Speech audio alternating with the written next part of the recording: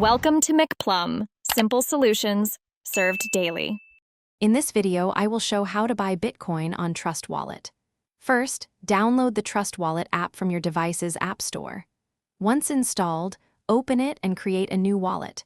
You'll receive a 12-word recovery phrase. Write this down and keep it extremely safe. This phrase is crucial for accessing your funds if you lose your device. Never share it with anyone.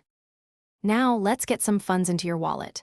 Inside the Trust Wallet app, tap the Buy button. You'll see a list of cryptocurrencies. Select Bitcoin. Next, you'll choose a third-party provider like MoonPay or Simplex. Enter the amount of Bitcoin you wish to buy, perhaps starting with $50 or $100, and proceed to the next step. After selecting your provider and amount, you'll need to complete a quick identity verification. This usually involves providing some personal details and possibly a photo ID. Then, enter your payment information, like your debit card details or bank account. Double-check all the information, confirm your purchase, and your Bitcoin should arrive in your Trust Wallet within a few minutes, depending on network congestion. To keep your Bitcoin safe, always enable two-factor authentication on your Trust Wallet. It adds an extra layer of security.